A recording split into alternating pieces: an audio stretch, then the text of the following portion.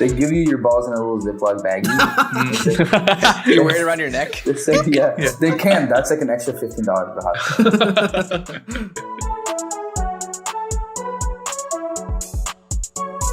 hot. What's up, guys? Welcome back to another episode of an interesting discussion. Sometimes back here with the boys, we got Tarun, Haran, and Christian. And today we're joined by a special guest, returning guest to the podcast, Sakith. Sakith, you want to introduce yourself to everybody real quick? Hey guys, Sakith here. I don't really know what to say. I'm just a fella. just a guy. I guess I'm only here because of you guys' friends. And yeah, I do stand up. I work and live in New York City. Yeah, I don't know. I know that's about it. I like with DC sports. Hell yeah. Unfortunately. Yeah, so Sakith touched on it, but today in this episode we're going to cover his comedy career, his sports gambling addiction, and his love for DC sports. Good luck with that, buddy. But yeah, if you want to get a sneak peek on your next famous comic coming on the block, please listen to the rest of this episode and don't leave. Oh my god! So we don't beg yet. We haven't gotten to begging yet. Wait, where is he? Who? That was a funny one, man. Good job. It's an off day. It's a rest day. It's a rest day for me today. Don't. I would be there right now otherwise. Do you want to let everyone know how you got into stand-up comedy and what sparked it? And how long have you been trying to do it? And yeah, sure. Involved? I guess I started in college. So I went to Pitt, University of Pittsburgh, and there's a central building called William Pitt Union. And it was downstairs. There's this hall where I had originally seen my freshman year, where there was a place where anyone could just go and do whatever they want, anything they wanted. If you wanted to sing, there would be every week there'd be a skills practice or whatever. So you could show up, sing, tell jokes, bring a tuba, play a cello, do slam poetry, whatever you wanted to do, you could do. Mm-hmm. And I actually never took that on until sophomore year. But I'd always watched it because me and my bummy friends, we just played ping pong there across the thing. There's a Taco Bell down there. All the OGs know. I think there's still Taco Bell down there. So we would get Taco Bell, and then we would get ping pong. Yeah, that was a great freshman Thursday night. After chem lab, you know. Those are the highlights that you remember of college, the small things. I remember we'd always look at who the fuck would play a tuba. Oh, sorry, I didn't mean to curse. Who would play a tuba? You can curse. No, you can. Oh, straight. I can. Fuck yeah. Okay. No, I would be we would just who would play a tuba or who would really want to play a cello. But then now I realize and later realized it was good practice. Yeah. So the first time I actually ever did it was there when I was 19 in William Pitt Union. Mm-hmm. Where there was 3 people and two old people. I don't even know why the old people were there. Honestly, I don't think they were employees. But they were. It was just 3 people that were also doing slam poetry. One girl was singing. I don't even know why the other guy was there. It was honestly good. They all laughed and they were pretty good. And then I went. And the first time I ever did it in front of an actual a bar crowd was maybe a couple months later, before my 20th birthday. So it was still sophomore year, but it was at a bar called Ham Bones. That's where I first started. I always still love Ham Bones to this day. It's in Southside of Pittsburgh. And yeah, that's what I did it. But I was 19. So the first time I went, we went after 9:30, and you're not allowed to go into bars after 9:30. No matter, you have to be accompanied by a parent, and I was accompanied by Kaushik, my friend, who's our age. So they're yeah, this is not gonna work. You got to come before 9, and then we'll let you go first. I had to come back the week after, and then do it then, and then. I remember that was really fun because I got there early. I was I was trembling. I still kind of have stage fright a little bit, which is nice because it makes me feel it's so important. But I remember I was literally shaking. I was my teeth were clattering, and yeah. Right before I went on, it was pretty good, and I stayed, and it was actually pretty good. It was a lot better than what I thought it would happen. We only stayed for about 30 minutes, and then just kept doing that for about week after week after week, right? And then just hit more open mics at Pittsburgh. And I first ever saw stand up. It's actually funny. In when YouTube first started, was first around 2007 or 9 or something like that. Yeah.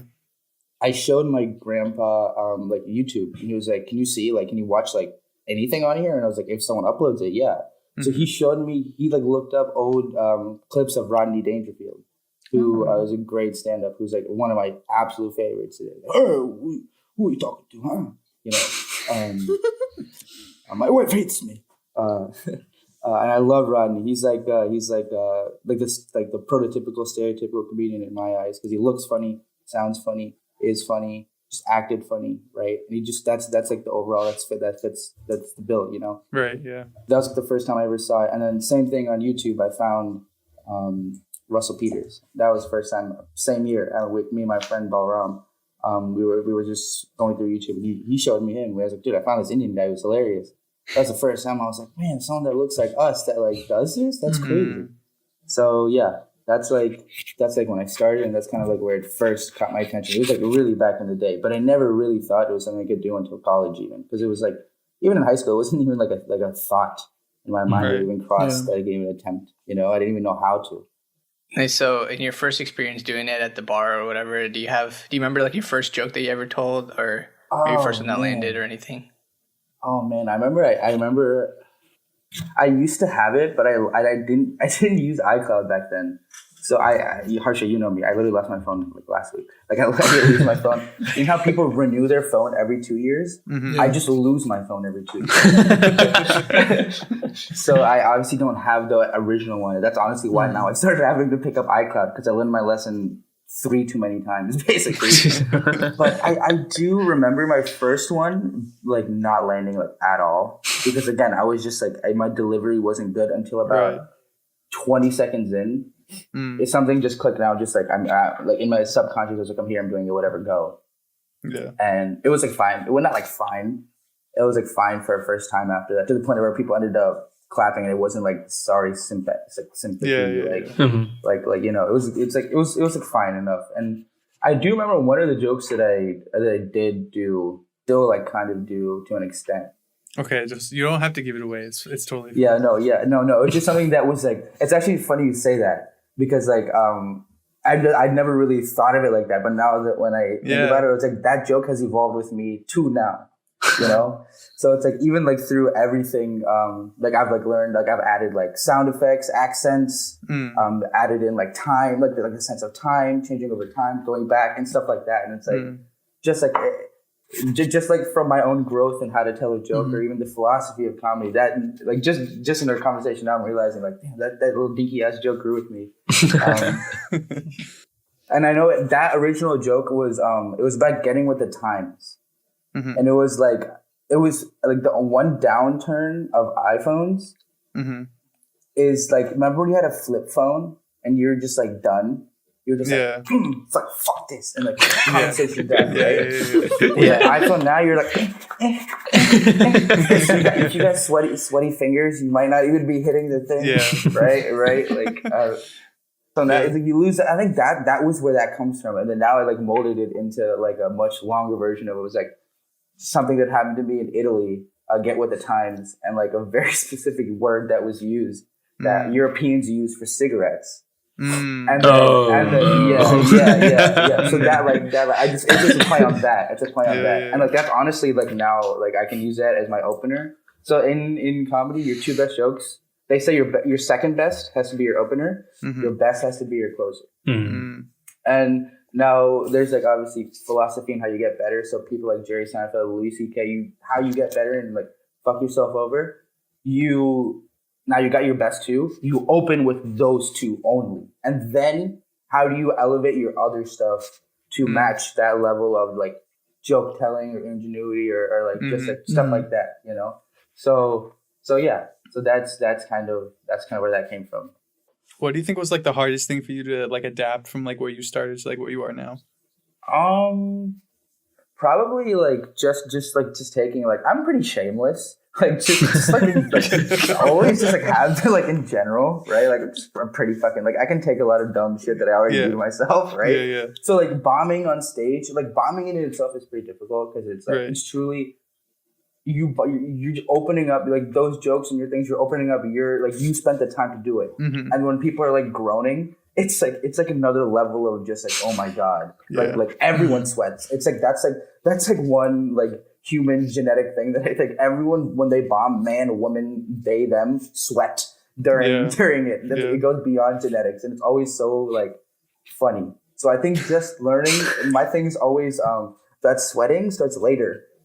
You know, like that panic where I'm kind of like, oh fuck, where for the first couple of years where like 30-40 seconds in, if stuff that I didn't have either prepared or was like, what's it called, this will kill or whatever, I would just kind of like, the lights, all of a sudden the lights are brighter. Yeah. All of a sudden I'm like, I'm blinking more, my contacts going out? Am I gonna faint? Like what's going on? Right? And like I can feel my armpits going crazy. I'm like, fuck, I wish I wore a sweatshirt. Like, like that now can start at like, depending on how big the crowd is, I will say, maybe like a minute 20. A minute and a half, 2 minutes without, if I'm like literally dead silent from the second I pick up the microphone. Yeah. That's not bad. Yeah. Right? Yeah. That's improvement. That's also the cockiness in me, and they know that I can be talking enough to a point where I can get some chuckles that'll keep me going enough, you know? Because at the beginning of every show, every crowd gets a little bit of a buffer to where they're like ready, even if the last 10 people sucked. Yeah. There's always a glimmer that they want you to go, but usually 10 people in a row suck, you're probably going to suck. Have you ever been heckled? Oh, of course, man. You clap back though? Yeah. When I was younger, you pick your battles wisely. No. So like this is just a weird thing specifically for me. The majority of my heckles have come from older women. Are you sure they were heckling you, or were they trying to Okay, so I know a lot. I did. So this one specific joke I have was made to like get a riveting reaction from the crowd, and maybe they're the ones that get the most agitated. I don't know if agitation is the right word, but just. You're attacking white people. Is that what the gist of his joke is? No, because it's just like in Pittsburgh. That I don't know why it was just like the one of my videos on YouTube actually that I have. I think the only one I have up on my YouTube right now is me, and half of my video is responding to this older woman who was just telling. She's like it was like a fucking penis joke, and it was like basically that part of the joke was like, I'm gonna close your eyes and imagine. So like like Leonardo DiCaprio. I mean. Da Vinci. Leo, yeah. Hey, Leo painted in Titanic too. Yeah. When he painted the Sistine Chapel, there's like a lot of like cherubs and like beautiful or like Neo-Roman art and like Renaissance art. But I've been in there. There's just a lot of fucking penis and balls. There's a lot more than you would expect, right? Right. It's just a lot more than you would expect. Like that's not even like a bad way. It's just like it's just at the point where you're just like, damn, this is just a lot. This is just a lot going on. Like I thought like the Pope didn't like this kind of stuff. What's going on? Right. But again, this is like the essence of the joke, right? So I'm like, and then if you look it up, because I didn't spend that time looking at that. If you look it up, there's 438 or 32 of them or something like that. The poor person. Again, I didn't spend my time counting them there. I was just getting mad. I was like, why? Who let them get away with this? But like, so I was just like kind of close your eyes and think one. Okay, that's just one. Yeah. Now think two. That's already kind of a lot. Right? That's a lot. And then now 432. Right. So then my joke goes on to, obviously there was a lot of rumors / kind of obvious that he was a homosexual man. He had like several relationships. He had, I think he had some notes or some letters that are now published between his lover, who's like a younger dude. So it was like pretty obvious, right? So like for someone like him, it was fine. He's like 229, 230, right? And obviously he had to have a conversation with the Pope about it, right? Yeah. The Pope's like, what's going on here? What's going on? Huh? Why so many? Why so many? And then he's I know the Pope was the Godfather, bro. obviously, like this is like fucking what 1482. He's probably so cool. He probably eats only pizza and shit, and what they do in the basements down there. But Sorry, I didn't need to do that. So this lady was just like not having it. No, she was just like, she was getting excited. She was like, was just like, yeah. She was getting like, she was like, yeah, more. I want more of them. And I was like, and then it just got to the point where she's like, it was like heckling, because then she was like, where's yours? Oh, whoa. Yeah. That's where I was like, no, we're talking about Sistine Chapel. Please, right? Yeah. Please, man, please. Oh my Like, God. this is what I'm saying. So all the other times that I've had to deal with hecklers have always been either drunk, older white women, or just like super drunk guys, just super drunk dudes. Right. And that's just fucking easy for me. That's just really easy because I can make fun of their appearance, which is always the easy thing to do to a heckler. Honestly, it's like the lowest blow. But at my point right now, like it's just so easy. Yeah. And then second, it's just by whatever stumbling, mumbling crap comes out of their mouth. I've seen a lot of people. And here in New York, especially, I've kind of learned is like, they just tell them to shut the fuck up. And like, I used to think that wasn't cool, but it's like just funny. Like, you just hear some guy go like, you just go, hey buddy, just shut the fuck up. Right? See? And to me, that again, like that's just something I learned. Especially when like comedians say it back like so calmly. It's like not even like they're not even like agitated. They're just like they're just so used to it by now. It's just like you just shut the fuck up. Even I've been getting used to it too, but I can't say that to an older woman. Like my mom taught me better. Just in general, right? Like I can't do that, even if she's crazy. But like that woman ended up getting kicked out of the fucking place. No doubt. Yeah, in that specific video. So if you go to my YouTube, I think it's there. Nice. No negative, no like people cursing you out or anything. Nothing like super negative. Luckily, or no, racist. Not yet. Luckily, no, not yet. No. Okay, well, let's keep it. Okay, we'll come to your show eventually. Don't worry. I will say this. Do you guys want to hear about like the worst set I feel like I've ever done? And also just like the crazy, like this might fall under, I know Harsha, you said like 3 crazy stories, and this kind of falls under that just because it's just so insane. Yeah. Because it started out as like a happy time, a good time. They always do. Yeah, right. Fantastic point. They always do. So like it was actually the first time I'd been invited to do a theater show in Pittsburgh. And it was slightly out of town in a place called McKee's Rocks. And anyone that's familiar with Pittsburgh will attest to the story once you know the part that I'm talking about. And this was like during COVID too. This was like this was July of what had to have been 2020. 2020. 2020. Because I was doing that and I was moving out of my house that I was living on at the time. So my friends had also come from back home from Virginia. And so to do theater shows in Pittsburgh, you have to just invite it. You have to know like the circle of theater owners. So so it's actually getting a big thing. It's kind of like this is like the first time a person kind of jumps up or elevates, even like within the scene. And like theater shows are like it meant a lot to me because it was like that's like kind of like the next level and like that next stage. It was like this isn't like some like junk idiots at a bar. You have to buy these tickets. They're like minimum $20-$30. The seats are actually really nice. Like they're like seriously like people like that specific theater. It's called Parkway Theater. John Wayne, Johnny Cash. Louie Armstrong, just made there's so many famous people performed at that specific theater. Yeah. And so it just meant a lot to me. And it was just so awesome when my friends were there too. And they were just there for just like shits and giggles, right? It was like they were just there like, oh, city, Pittsburgh, come on, let's go get fucked up. I also was living in a house at the time, and all my roommates were at home.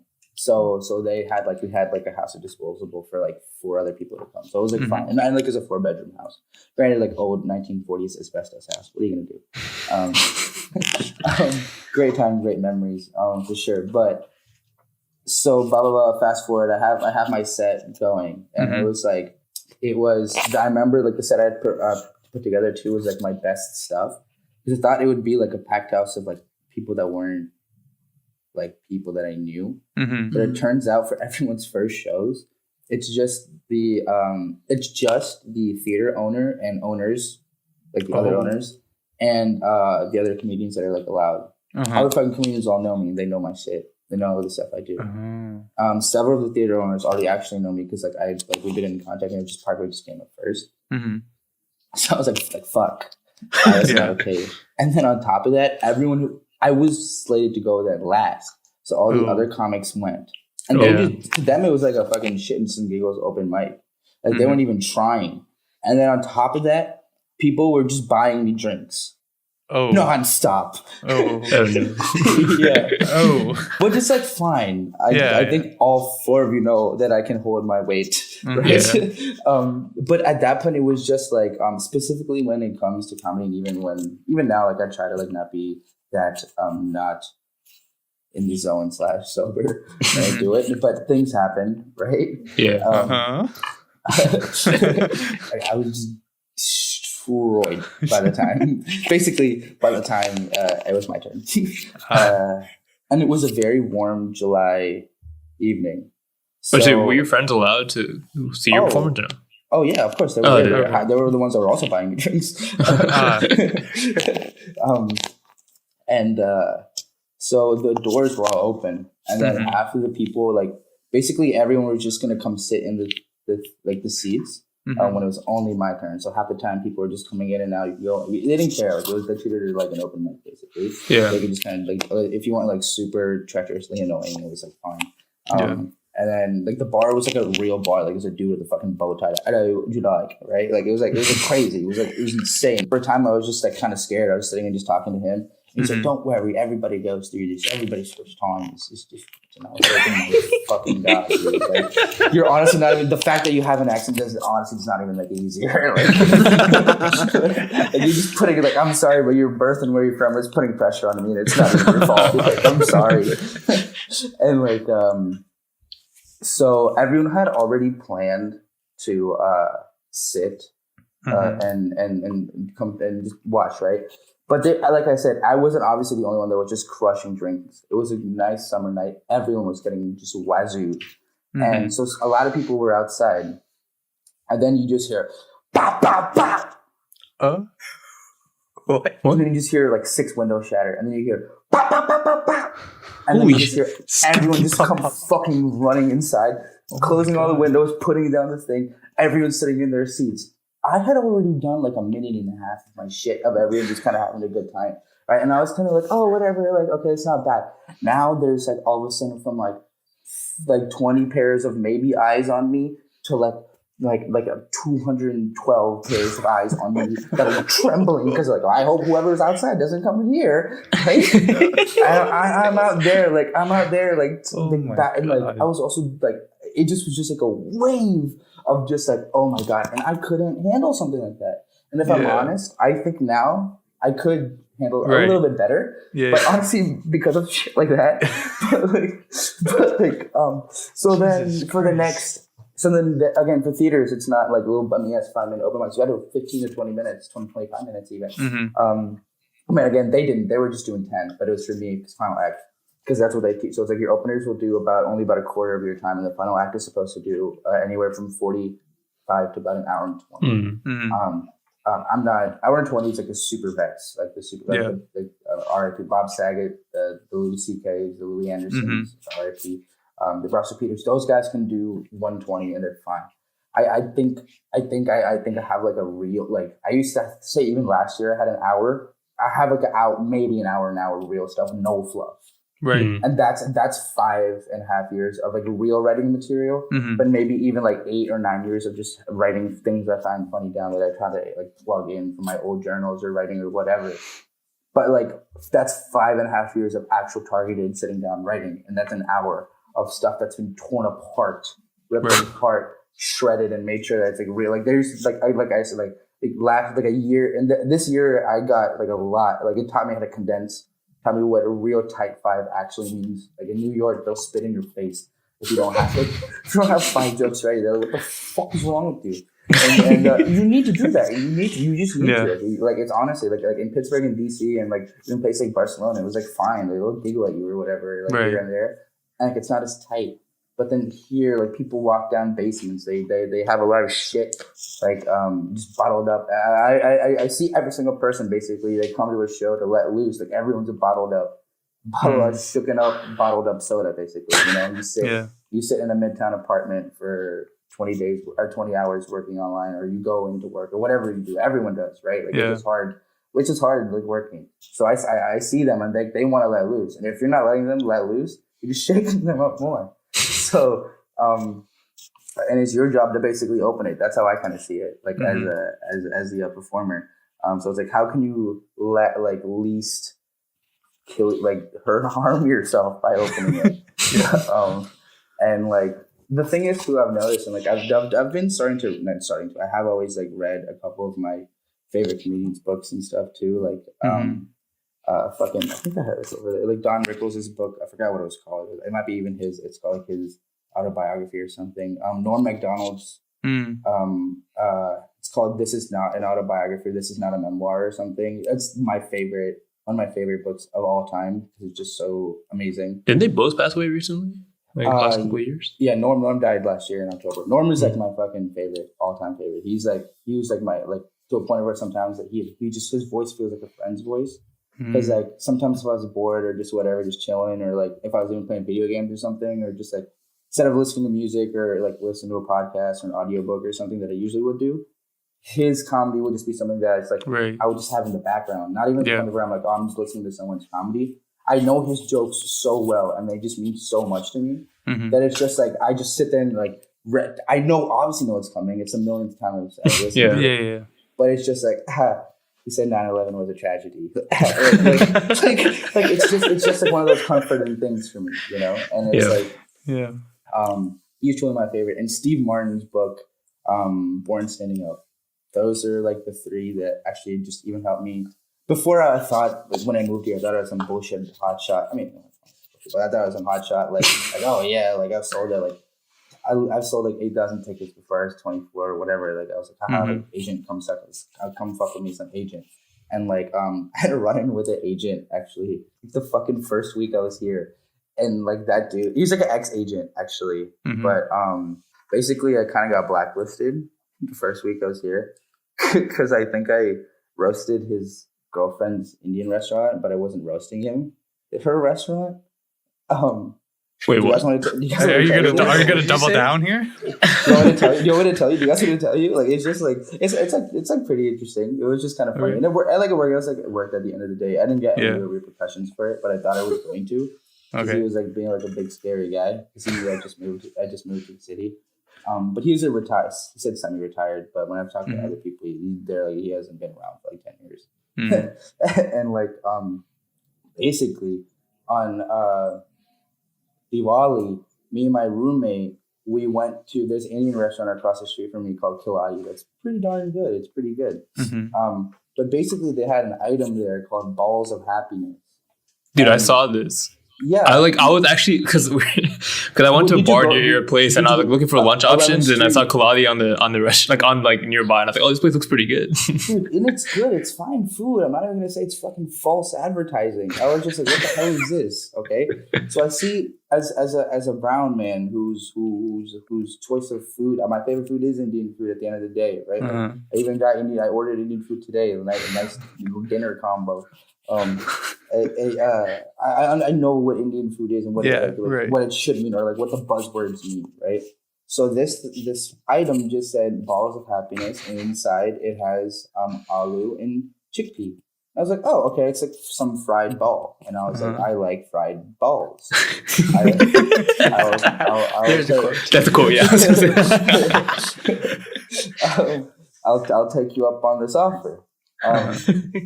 Like 10 minutes go by. Also, this is at Diwali, so it's actually pretty packed, and it's like there's like extra facilities and lights. It's actually a pretty cool restaurant. It's like they have like a nice pomp to it. And we sat outside, and I remember he also got. I think he doesn't like chai. He got something too that was just kind of sus. It was like fine. Oh, he got Maggie.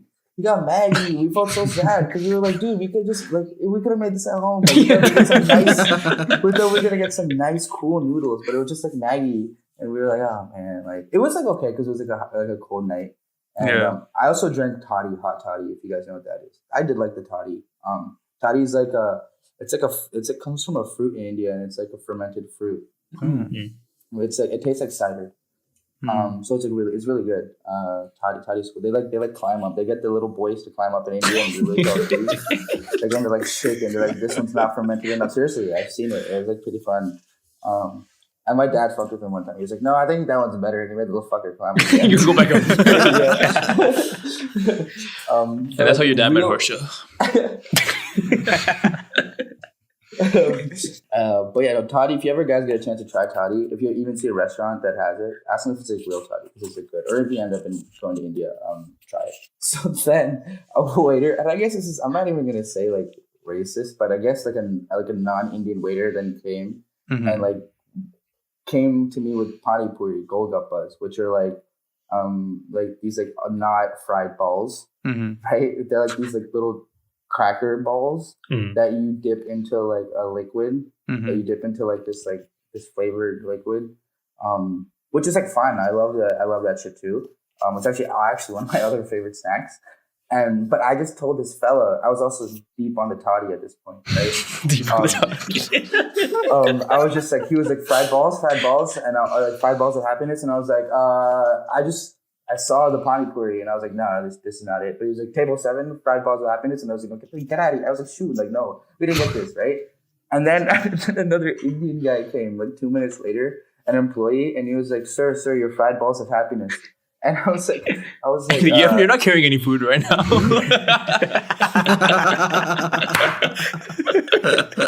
I'm writing that one down. Actually, writing that one down. Wait, does that mean they just false advertised what it was then, right?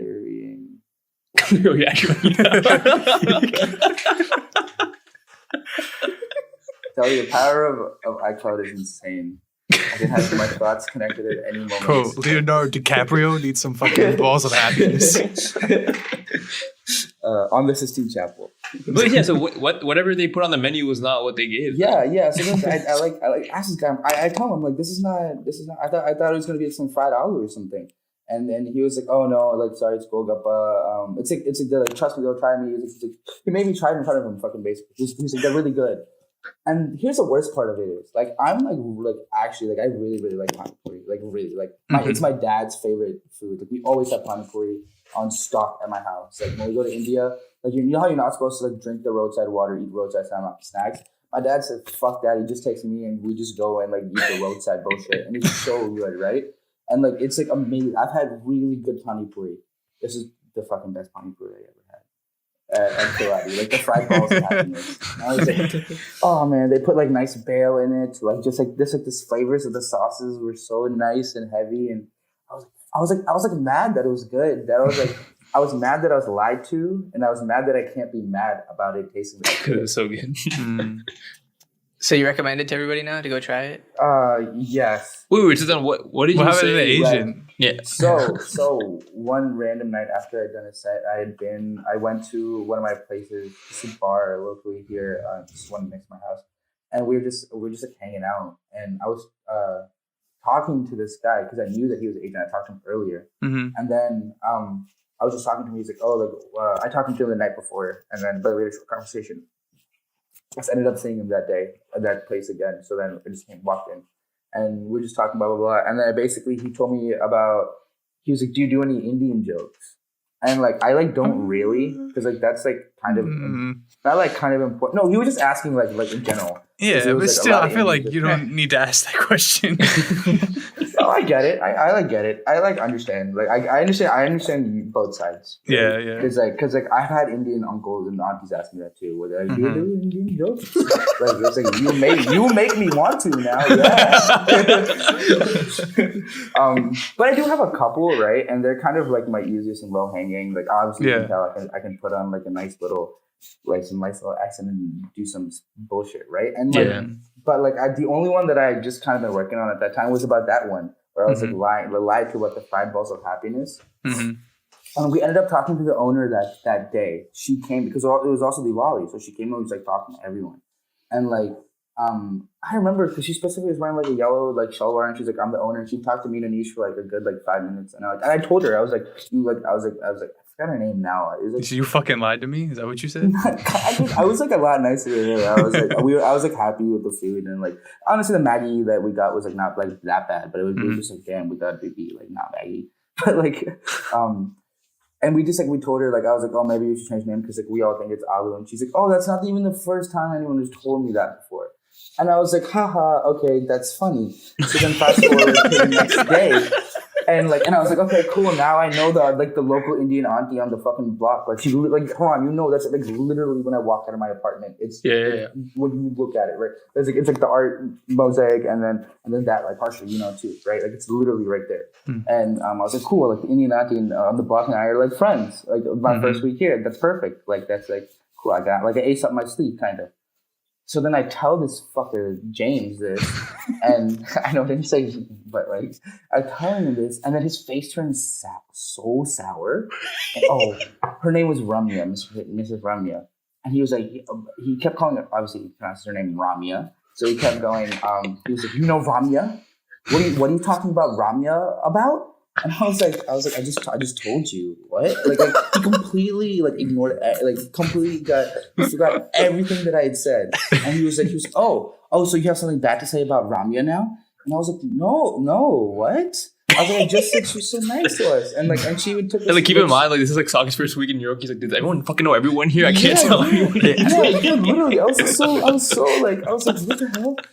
I was like, huh? And then he pulls out his phone. And he starts texting her. Oh shit! He starts texting her, and he says he's just like saying some. He like wouldn't let me see. He was texting her like that. He was like, at first, because I was like looking at first what he was saying, I was like, it literally said "run" at the top, and they had like a history of messages, right?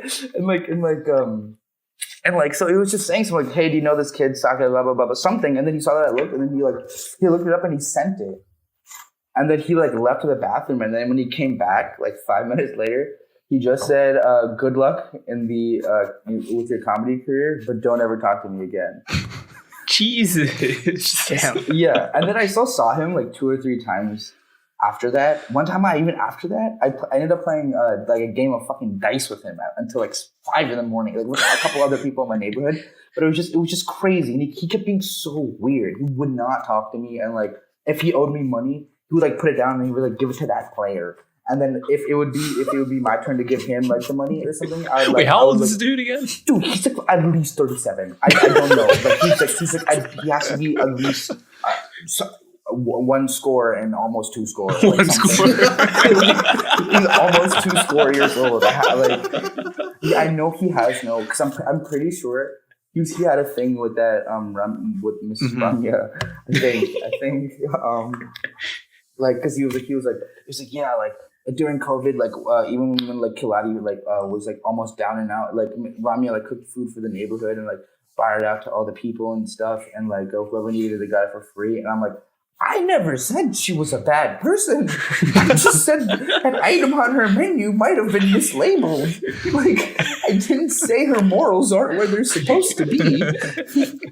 And he just kept trembling. He was trembling. And then he talked to me maybe eventually a little bit later. He still never said hi. He still sees me and looks away. And I have not been to Kilati since. You might get fucking shot if you makes go sense. There, bro. He's probably just standing outside. Honestly, sometimes, dude, I just kind of peek and I kind of see the head waiter look at me, and I kind of oh fuck, I'm doing something I'm not supposed to be doing. Maybe he misinterpreted your balls of happiness. I don't know how many interpretations there are. but yeah, that was literally my first week here, and that was the first agent I had met, and I've luckily met a couple more that not even. There's a term called hip pocketing. If you guys ever been watched anything about entertainment industry, something called hip pocketing, where they're just be oh, if you do this or you land this, then I'll pick you up. I'm not even there. I just talk to these guys because they're as people that I perform with, and I'm not even the type of guy that's can you please sign me? Or if you like me, can you sign me for a show, please? I'm just Adam Sandler. I'm not even like that. Like, you guys know, I don't even post about my shows on my own Instagram. It's like not good. Like, honestly, it's not good. Like, I need to market myself a little better. But like, because I still, at the same time, like, it's like, it's also been good because they're also like grow your act, and then whatever you attract, if people will come to you, you get to choose too, you know? Yeah. And like, I don't want some idiot like James, because at first I was kind of like, oh fuck, this is the first guy I had to like make like a really good impression on him or whatever. And it turned out he was like a fucking the bottom of his shoe bubblegum scrape. Like, I literally still see him. He's at like bars by himself on like I'll come back later. That makes sense. On weekdays because I'm performing or something, or even like something. And literally like he would just be there alone, sitting drinking like a dirty martini. Like, he always has a martini glass. And just an odd fact about a person you guys will never meet. Yeah. Any guy with the martini glass I ever see, I'll do, oh, this fucker James, you know? Yeah. Fucker James. I hate martinis. I can't do them. I'll vomit. So I do have distrust for any person that's under 2 score and like martinis. So just like Socket needs to market himself, we need to market ourselves. That's not how this works. That's not how this works. And we're back from the ad. Now we got more money from this ad, you know. We don't know what to do with it. Do we? Socket. Do you know what to do with spare money you randomly have in some sort of app account, like somewhere randomly? Do you know what you usually do with that money? This is a targeted ad. I should be putting it into my savings account. But instead of gambling it on over-unders of D3 colleges. What's your go-to D3 college? Norfolk State. I know they're D1, but I don't know. I should have said Chinese basketball. Actually, no. Harsha actually knows The Guangdong Tigers? No, yeah. I would literally, sometimes in the summer when I would wake up, I literally picked up Japanese and Korean baseball. I fucking don't even like I love baseball obviously, but I don't like care that much. I was literally off. I was like, I hope the Nippon Tigers closer can fucking do this. Oh gosh, like I hope this guy can do it. Like I hope the KBO Tigers can close this one out against the whatever. And like Karsha would get like he knows too. But yeah, definitely. I've been good. Since the Super Bowl because I lost every bet I had because I needed Odell to get 55 yards and he tore his ACL on the 52nd. Oh shit! Yeah. Oh. Wait, didn't Drake make that bet too? So who's the big loser here? Huh? Did Drake make that bet too? Drake made. I think he had 3 bets on Odell, or like. But wasn't one of them like it was short by 3 yards? I think it was. Yeah, maybe it was 55, and maybe it was like 65 or I something. put it down because he put that down. Oh, god damn it! But my problem was he made them individual. I parlayed. So I think one was I think he did parlay him to get a touchdown as well, and he did get that touchdown. But I think he did it individual, and I should listen to the GOAT. So what's been your best like payout so far for like an individual bet? I think there's this one where I know there's one where I went from like 10 cents to like 120 or 150 or something. Holy shit.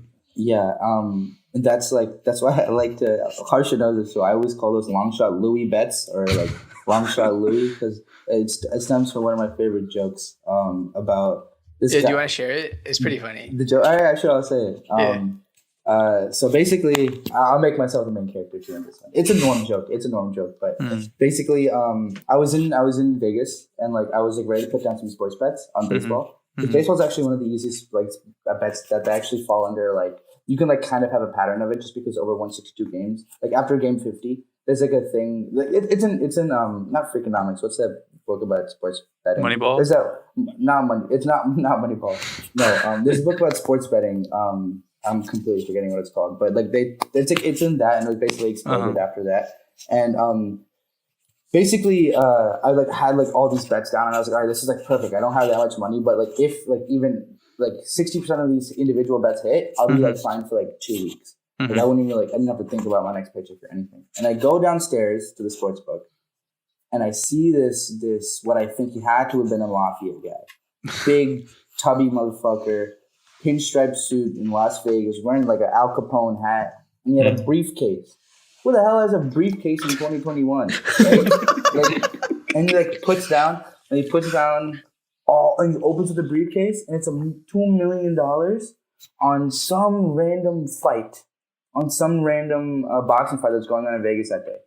And he puts it on the under. That guy is like he's like plus like 700 or something. So like, he's going for like a 1.2 to like an 8.5 million bet. And just the devil on my shoulder tells me like, fuck all the hard work you did of like figuring out like who's gonna win and figuring out like checking the pitchers plus ERA and comparing like some fucking random stats that obviously not gonna matter now because you know where the story's going. And I'm like, fuck it, I'll put my 200 that I'm gonna have and sell on that. I'm gonna put that on this fella, right? And I watch him put down 1.2 million. So I'm like, all right, like easy. If he puts down 1.2, I'm gonna get 1.4. I'm gonna 1.4K. That's even better than my payout. My payout was only like 200. I was getting to 500. I was like, that's perfect. Like fuck that. So I switch at the last minute, right before the fight starts. I get the ticket right before the fight starts. I sit down like 2 seats behind him. I'm like scared. I'm like I don't know like if he's a mafia guy, because people are gonna come or what's gonna do. Like if he set the fight, is Cesar's gonna even know like what's going on? I was literally like thinking every thought that was going through my mind. That's what I'm gonna do with this money that I'm gonna get. Right? He fucking loses in the first round. There's a reason why he was such a long shot, right? And I get so mad. I'm like, oh my god. Like this was like the first inning of every game I had just put down was still going on. Like I could have still just had a nice evening and watched the bet.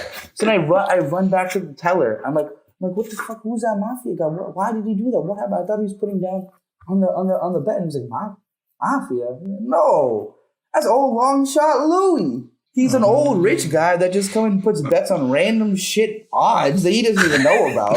He's half blind. His grandson tells him what to pick, and he just comes and puts a shit ton of money on it, and he just hits it. He has a lot of money. It doesn't matter. And I was like, oh, damn, man, Longshot Louie. One day I hope to be Longshot Louie. So that's a Longshot Louie bet. That one hit 10 cents for like 150. Damn. But I do, now that it was during while I was saying that, I remember this. One of my good friends, who goes to VCU Med, not Arth, but his name is Anush. He had this inside whatever to go for Trey Lance to be picked 3rd overall, like very early, and so to the point of where he maxed out his Bovada account as an American citizen. You're only allowed X amount of money for a bet, apparently. So he maxed out his Bovada account. For the Trey Lance pick. He then Venmo'd another one of my friends the next max out his. Oh my god! Then he was about to max out mine when I was like, as a gambling man, I get like $500. Like I got to put in 500 on my own. Like I was like he basically trusted. He told me and he was like, yeah, whatever. So we basically had like, it was actually for 2 bets. It was like for Trey. So it was maxing out 2 bets actually for everyone. So it was like Trey Lance to get picked 3rd and Trey Lance to get picked by San Francisco, if that makes sense. So like even technically if he wouldn't have gone 3rd, there was a small chance that he gets picked later, traded up, whatever, right? So yeah. Just because Shanahan really wanted him, right? And obviously those both hit, and that obviously gave me a poop ton of money. That lasted me, actually, now that I'm thinking about it, that lasted me from like that draft to like almost the end of, like that was just a lot of spending money for me for a while.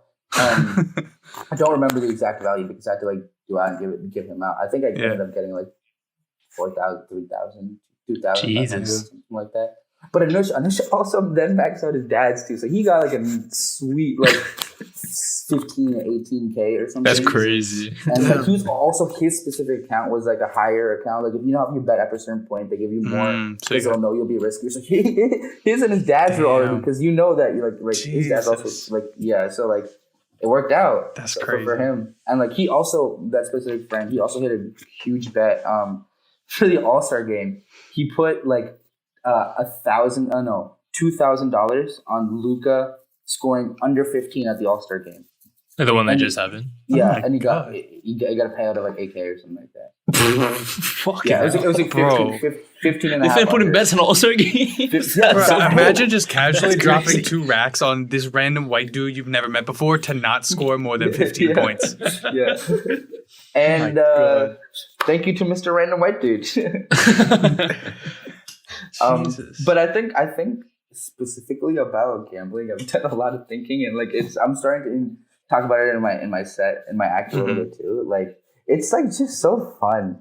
Like people like it's just because it's one of the best ways to be like, it's such a nice out, because when you lose, it's just like pure odds. If you like see like what true actually like the odds of like your exact thing happening is actually just so small, and you're like, oh man, I was up by 3 rebounds. I was like, that means that you're just happy to just throw how much ever pretend how people bet like 2,000 a night, right? Like I had to. Harsha knows how far I've been humbled. I used to bet anywhere from like 5 to 10 a night to now I'm 5 to 10 cents a night, just because like money management. But like it's just like a way for me. Like I used to think like, oh, people are addicted of just making like I want to win. But I'm starting to realize I think now people are more addicted to that, the feeling, losing more than winning, because you get that nice feeling of winning. Yeah. But that feeling of like, oh, this person fucked me, or like, oh, I couldn't get it out on here, like, oh, like the Wizards lost again. How could they? Like, really, motherfucker? Like they've lost 27 of their last 50 games. Like, so you didn't have to put it on like a y equals mx plus b. Like a person who doesn't know basketball can tell you they're not going to be doing that good, you know? So it's just like, it's kind of like a thing that you can use. Get out in a way. That's what I started to realize. The less I've done it. I think it's time we give Tarun some time to speak about sports betting, because he was recently introduced to the world during the Super Bowl. So Tarun, tell us about your experience. Yeah. So basically, FanDuel and what was the other one, Harsha? DraftKings? DraftKings. Yeah. FanDuel and DraftKings had this like promotion during the Super Bowl, whereas like if you make a new account and you put in $5, you can win $285 for like if you bet on the Super Bowl. Just like who wins. That's it. So then I was like, oh shit, bet, like I'll do both, right? So then I originally like I started or I made the account, like deposited my money to $5. And then I put the first one on the Bengals. I was like, oh, it doesn't matter. I'll just put the Bengals right now because it's like, you know, the underdogs, whatever. And then for the other one, I'll put the Rams because that'll like I'll win either way. It doesn't matter. Mm-hmm. So I put Bengals. And then I go to do the DraftKings thing. And like, why didn't it work, Harsha? I just couldn't place a bet. No, so for FanDuel and DraftKings had the same promo, but for DraftKings, if you read the fine print, instead of giving you just $285, they give you $740 worth of free bets. So it's not just getting the money. And for someone like Tarun who doesn't really bet on sports that much, it's not that useful. That's so useless. Yeah, useless. But FanDuel, FanDuel gave you the actual like $285 like straight cash. Like, he put the Bengals on FanDuel. Dude, that's like I'm giving you Chuck E. Cheese tokens or something. You're not gonna do anything with those 7 bets, right? Yeah, that's so shitty. It's so shit. But actually, but if you knew that going into it, would you still have betted on the Bengals first? Like that was the team that you would have picked to win? No. I would have 100% did the Rams, like 100%, because like Harsha was telling everyone knew that the Rams were like the favorite for it. So I was like, I'm not taking any risk with this if I only have one chance. You know what I mean?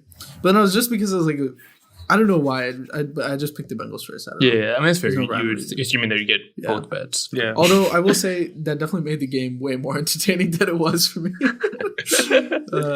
And then near like the end when it was like close and the Bengals had an opportunity, I was like, oh fuck! And then it all went to shit. No. But it's all good. It's all good. I had a fun time. I only lost $5. No, actually, I lost $10. $10. Wanker. Shit. Yeah, but socket out of all that, I got $50 free referral code money. So Harsha won. Harsha's the real winner. Harsha's celebrating with the Rams. I think that speaks a lot to like the aspect of like being involved in the games and stuff, because I feel like, I mean, Saka was talking about how he was fucking watching the Guangdong Tigers, bro. I don't think 99% of people in the U.S. know where Guangdong is. I don't know where Guangdong is either. Actually, I think 101% of people in the U.S. don't know where Guangdong is. But like, if you like, oh my god, Ben Simmons plays for the Guangdong Tigers, bro. Like, it's just a meme team at this point because of that fucking clip on Inside the NBA where like Shaq whatever. Was, like, but my point is like, or he's watching Korean baseball teams. Like, if there was no betting involved, men's is not getting up to watch.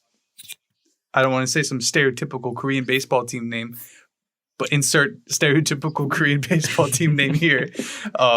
So yeah, a lot of people do that. Exactly what he was talking about, not for the money, but for like the thrill of like being like personally attached to the game or financially attached to the game. And yeah, it can get dangerous though. I feel like I would never like get into sports betting, but I love doing like fantasy leagues only because like it's my friends that are involved, like people I know. I wouldn't do a stranger league just because like I don't know the people I'm beating. It's not as fun, but like the satisfaction I know that like I'm always above Harsha every night. You know. Wait, what about? But also in fantasy. Yeah. What about? But yeah, is that your fantasy? You broke my heart, Haran. You broke my heart last night. I was so sad, dude. Like I remember watching, like as like obviously when we sit and like we like track it as the games go on, right? Yeah. And I was like in first, and I was like, damn, okay, I'm doing pretty well, but like there's a tiny chance Haran could like catch. It's like there's like a tiny chance because like we got a lot of the same players too, right? So it was like okay, so we had to basically match up only a couple guys and the players we shared did really well. Yeah. Right. So it was just like, okay, nice. That really separated me and you from everyone else that night. I was like, okay. As the night got on, I remember Harsha knows this. I sleep like a fucking idiot. I will wake up at this I could sleep through 5 alarms, or if someone sneezes down the street, I could wake up.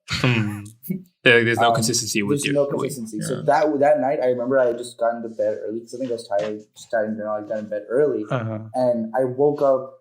I remember actually, I woke up around like 1 or something, and I looked, and I was like scratching my eyes. Like, did I lose by fucking 0.7? Did I lose by 0.7?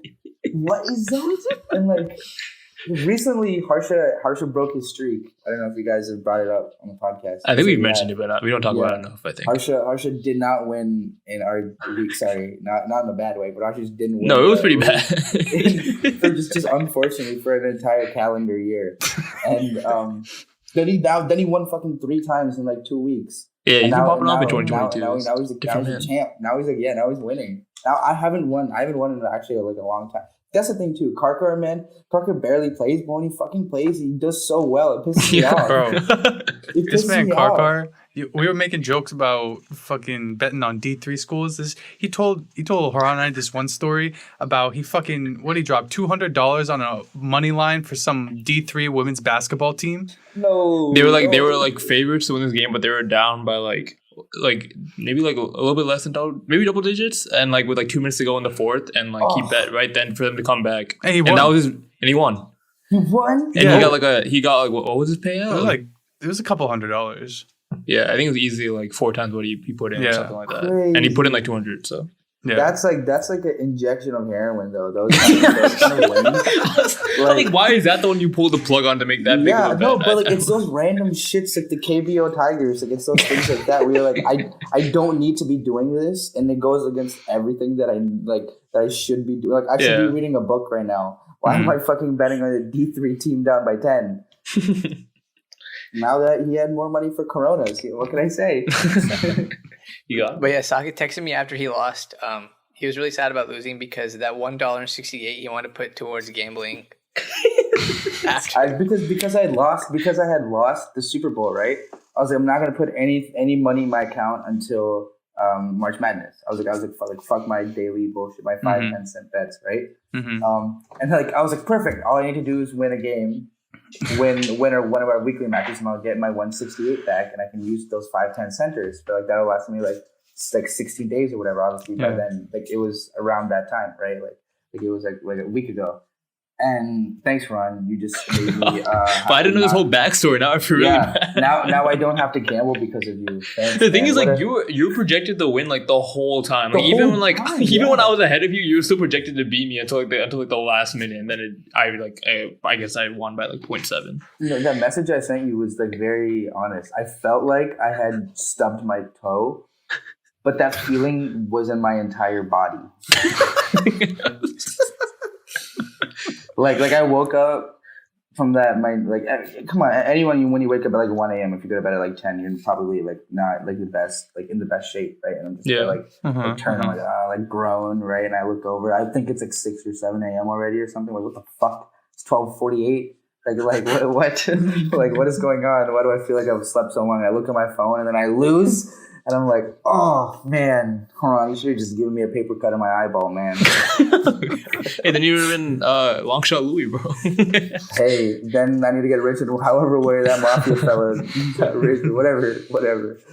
I'm gonna bet on March Madness since I have $50 of referral money that I can't cash out. Oh, I'm just gonna use that. Yeah, I'm gonna fuck around. I'll look up some Reddit bets. Wall Street bets, but for sports. Did you guys see? Did you see about that guy?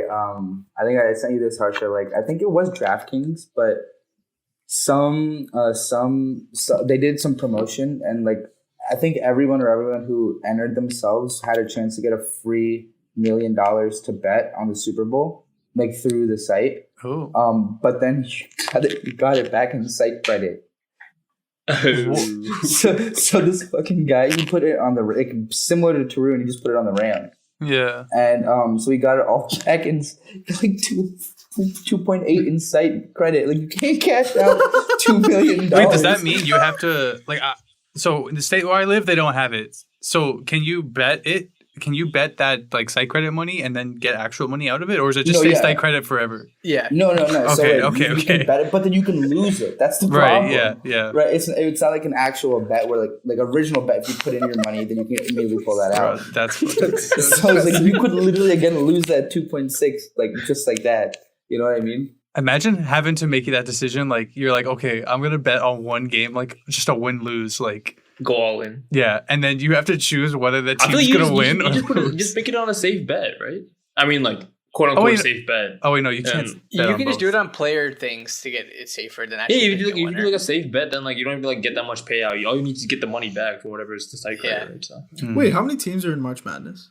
68. 64. 65, 67, 60. Yeah. Okay, so like let's say I put like one, like can I make a bet that's like I bet $1 that this team will like win it all? You know what I mean? Can I do that? Yeah, you can do that. Okay, so then will that not pay out well or? I think no, because the team that wins is probably going to be a team that's like usually it's a team that's supposed to at least go far. So like the payout for that team winning like isn't going to be that much, and it's not going to offset. You'd have to be greater than 50, right? Yeah. Like. Because if you're putting $1 in each, then like you're losing 49, and then just don't pick like the 16, 15, 14 exactly. seeds I'll pick like right? I won't pick the shitty teams. He'll pick the top 50 teams. Yeah. I still think pick the top 50 teams. No, he will. So that he'll at least have one team that wins. Yep. Yeah, but I think Christian's saying that like your payout $1 on the you're not going to get $50 back. You'll get like $4 or $5 back, and you're losing all the other bets that you made. Yeah. Right. Okay, I'll think of a different So strategy. you just pick one winner and put 50 on it. Put all your money on Liverpool beating Chelsea in the final, bro. That's not gonna happen. Marwan, how did you like 11th Street Bar? I think I asked you before, but how did you like the Liverpool bar? It was good. I went for it was like a Liverpool Arsenal game. It was actually really packed. We couldn't even get inside. So I was like watching the first half outside with like some Arsenal fans, which wasn't ideal. But then I got inside and all Liverpool fans were there. But it was fun. I met a couple people there too. Got someone's number there. I completely forgot. His name is Nico, so shout out Nico. What the fuck? This is the first time I've heard of any of this. He literally because me and Bob were sitting down and like he was sitting next to us and we were just talking and he was like, "You play soccer?" I'm like, "Yeah, I do." And he was like, "Oh, what's your number?" And I gave him my number and I was like, "Oh wait, but I should probably tell you that like I don't live here. Like I'm in Palo Alto." And he's like, "Well, if you ever want to play soccer, you come back to New York City. You know who to call." This guy wasn't even drunk. He was just being nice. What a cool ass dude, man. Yeah, he was a cool dude. Yeah. Nice guy. They're nice people in that bar. I will say they're always really nice. Yeah, and it also helps that like we're all like fans of the same team, so they already get this common ground. No. I will say the Arsenal fans that are outside. One of the guys was saying, I think I said this on the podcast before, but he was like, because at halftime it was 1-0, and he was like, he told his friends like, "Dude, if it goes 2-0, like I'm gonna get inside there and like do some crazy shit." And I was like, "Oh, we need to get inside and get far away from this guy because I'm scared. I don't know what he's gonna do." We did win that game 4-0, so fuck Arsenal. Oh my, that is all. Hey, he didn't do any crazy shit at too, right? I think he just he didn't go inside. He just left. Crazy. Yeah, I went to because my friend is I already forgot. He's a Man City. Who played Tottenham this week? Man City, yeah. That game was crazy, man. He's a Man City fan. So I was like, we were supposed to like go shopping after, and I just met him like as the game ended. And you know me, you know why I'm a Tottenham fan, specifically Haran, right? Yeah. I'm a Tottenham fan because he pulled Gareth Bale in high school, and I didn't know what any of those words meant back then, and I still kind of don't. That's crazy. I pulled Gareth Bale today. Crazy, whoa! I packed Bale. And back then he played for Tottenham, so I was just like, hey. If Haran likes this guy and it's important, that's my new. That's my. I didn't have a team. I don't even know. All I know is to kick the ball. So I like Tottenham. And then Tottenham won. So then the whole time I was like hanging out with my friend, I just kept digging on him. Like he was like trying to buy a watch. I'm like, damn, they got Tottenham watches here. They got many Hotspur belts in Macy's. It's a Nike, and then we went to Nike store, and then I was like half digging around, and a fucking employee heard me. I was like, hey, like, they got any Tottenham Hotspur jerseys here? And this guy was like, oh no, but the store, whatever, the soccer store is like fucking around the corner. And I was like, oh man, great service, but no, I don't need it. Thank you. So the last time you were on the podcast, you had just gotten your cat, Cashew. So we wanted to hear an update about him. Like, how has he been so far in the last like 6-7 months, and what's he been up to? He's good. He's a naughty boy. He's a naughty fellow for sure. But you know Shanti Om when he's like when Shah Rukh Khan's like talking. Naughty boy, and then he picks a tiger. Yeah. He's good. He actually is about to get neutered like this weekend. I'm actually going home for that. He's getting neutered, and it's honestly kind of a little bit late for him to get neutered, but it's like whatever. And balls of happiness. Yes, there you go. Balls. Can that please be the name of this episode? Fuck it. Just at this point, it's been too far. I was thinking it's either that or Longshot Louie. Longshot. Shit. Okay. Flip a coin. Yeah. So he actually got really.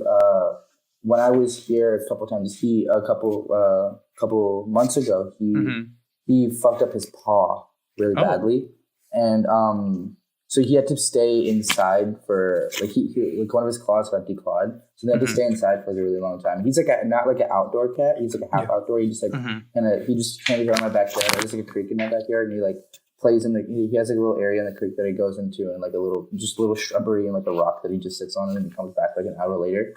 He's like, he doesn't even go like, or he sits out in the front yard and just like on our like front driveway and just like looks out straight. He doesn't even cross our like lawn, but we still have like a tracking device on him anyways.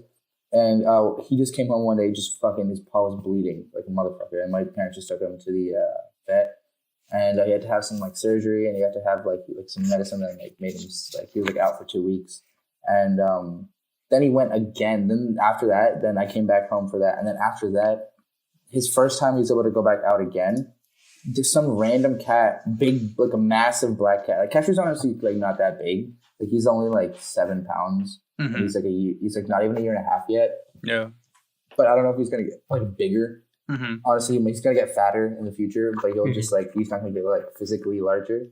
So like he's not that big of a fucking like living being, right? Yeah. And like a bigger black cat like showed up into our neighborhood apparently, and it like chased him up this tree in my backyard, like in the creek part. So like it was like he ran up about a 35 foot tree. Oh my god!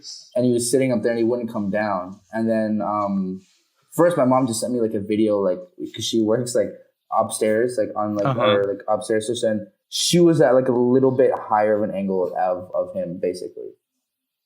My God. Yeah, he was that high up, and he was like so scared. And then I called the vet, and they're like, "Okay, just like try to get him down." And then what kind of fucking advice is that? Yeah, exactly. They're like trying to get him down. I was like, "Thanks." Yeah, I'm trying to get my cat down. Oh, you should try getting your cat down. Hey, you should get a fucking ladder, dude. That'll be $100. Yeah, I thought it was just a bird from now on. Thanks for that. Thanks. Yeah, I thought he just morphed into another being. Okay. And then it was I actually got really pissed at that. It's actually thank you for corroborating my feelings, because I called my parents back and I was like, all they fucking told me to do was to pull him down. Like, what do you want me to do? Like, give me any tricks. luckily, my neighbor they had like a super massive ladder. So my dad went I up thought you were and gonna say got him. superhero. My dad was a superhero. Catwoman. My dad was a superhero in that thing because like he had to ask all our neighbors. Like my mom had to call all that like text the neighbor group chat like, hey, Cashew's up in the fucking tree. Like, does anyone have this? Because I also told them I knew someone in the neighborhood had like a big ladder. Just my like people like work in my neighborhood and stuff. So I like do household work like in like their work on their own house. So like I know they have big ladders. So we end up getting it from like literally like somewhere like across the street from us. My dad went up and got him. He was like shaking and stuff. And it ended up when my mom was cleaning him that day, like after he came back, he had a huge it looked like a puncture on his like right side. So he either got hit by a massive thorn or that big black cat is honestly probably what happened, like bit him or like scratched him really badly. Yeah. So then he had to take some other medicine and then he was out for another 2 weeks. So then that was like the last time I was home, which is like that 2 weeks is like ending this week. So he's I think he's doing a lot better. They said they let him out and he hasn't been going that far and he's doing a lot better. I think he's like you can like put stuff like he used to hate wearing his collar. He used to hate wearing like we have these little like tiny things that we just like put on him like a handkerchief or something. So I'm thinking about getting like a Washington Commanders or like a Washington Nationals jersey for him or something, and then so that we can all celebrate together. So he's like, oh, he's doing well, but he's gonna lose his balls of happiness. Don't worry, Harsha will too soon. What? I thought that's what happened when you got married. Wait, what? Yeah, you said you're gonna get a vasectomy, right? Preemptively. But they don't. Preemptive before marriage. Wait, for vasectomy, they don't cut off your balls though, right? What? Just, No, yeah, they do. cut off your. They just cut off a little. No, plate. they don't cut. No, they, do They not cut off your balls, man. They cut off your balls. They actually cut off your legs too. Oh, that's better. What? They give you your balls in a little Ziploc baggie. You wear it around your neck. They say, yeah, they can. That's like an extra $15 at the hospital. That's so funny. If you put them underneath your pillow, the ball fairy comes. And then you use that money. To gamble. FanDuel Cyclone. There we go. FanDuel Craigslist. It all comes full circle, baby. Let's go. Dude, we just came up with a great app for FanDuel Sportsbook, bro. Come on. Bro, We should hire. this whole episode feels like one long joke that Sokka has told during a whole set.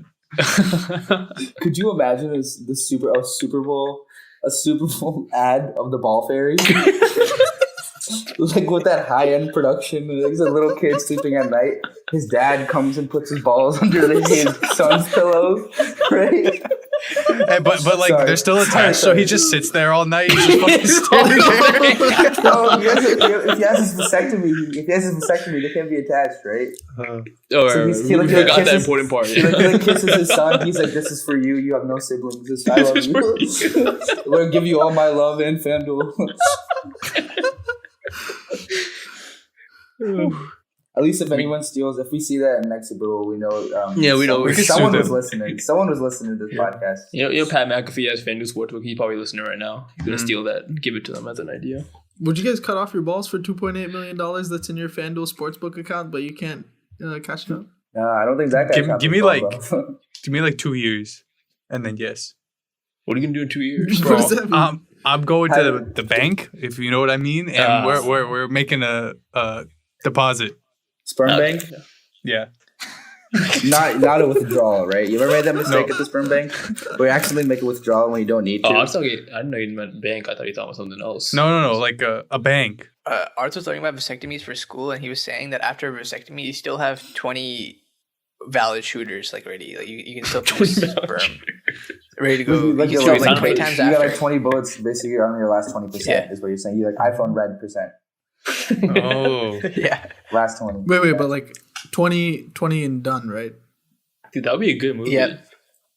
The last 20 Oh, shooters. The What last about 20 shots. The last like The Last of Us. like if there's The nobody, last of me. The last of me. The last of me. there's nobody left on Earth, and you're the only man left to repopulate, but you recently got a vasectomy, so you have to choose 20 women. Oh my god. It's a reality show, actually. Yeah, it's like The Bachelor, but like A lot more. Wait, but it's not Wait, 20 insane shots though, right? It's just like you have 20 sperm left. no, it's 20 opportunities. No, I think like 20 like ejaculations. Oh, that's actually a really significant amount. That's like a 20 week. Sperm left is nothing. That's Wait, basically what? nothing. What? Christian, what'd you basically- say? I didn't say anything, man. Wait, what did he say? He said that's like a week.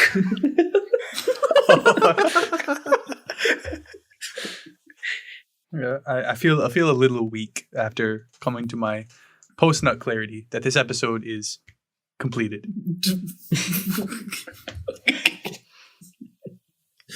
That was a sentence, yeah.